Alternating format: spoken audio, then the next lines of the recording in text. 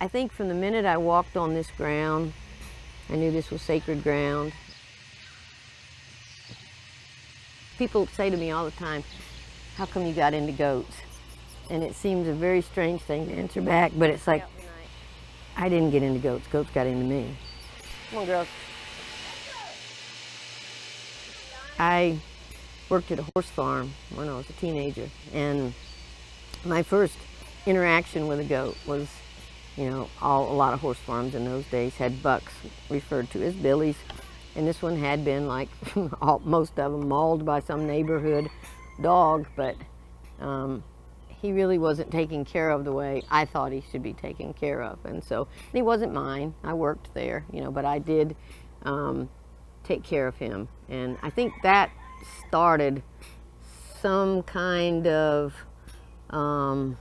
recognition of a cellular relationship that I had with goats. There was something already there, and then I got the opportunity to have one.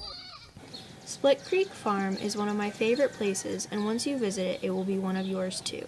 It is home not only to 7 out of the 8 different kinds of dairy goat, but to 2 pot-bellied pigs, Wilbur and Betty Sue, Bob the rescued Mustang, RC the miniature donkey, several barn cats, a wide variety of poultry, and 6 Great Pyrenees guard dogs.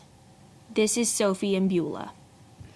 They make all of their goat's milk cheese and fudge on site, and this is how they got started doing it. It's like, well, I've got this milk, and I want to legitimately share it with my neighbors and my community. So I started, went grade A.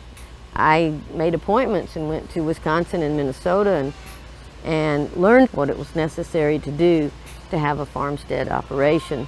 And so that's when I got into the cheese production.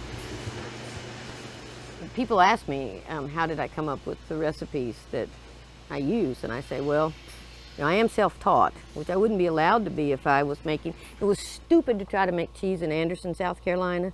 From a business perspective, it was just absolutely stupid. I could have gotten to where I am now about 20 years quicker if I'd done it in Wisconsin or New York or Florida or California.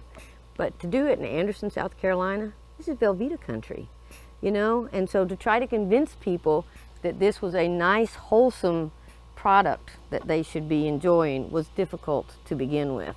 So when I made a cheese and I liked it, I made it again.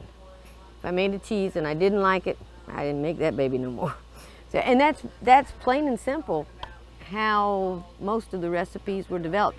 We were artisan, before I knew the true definition that artisan was going to evolve into in terms of food.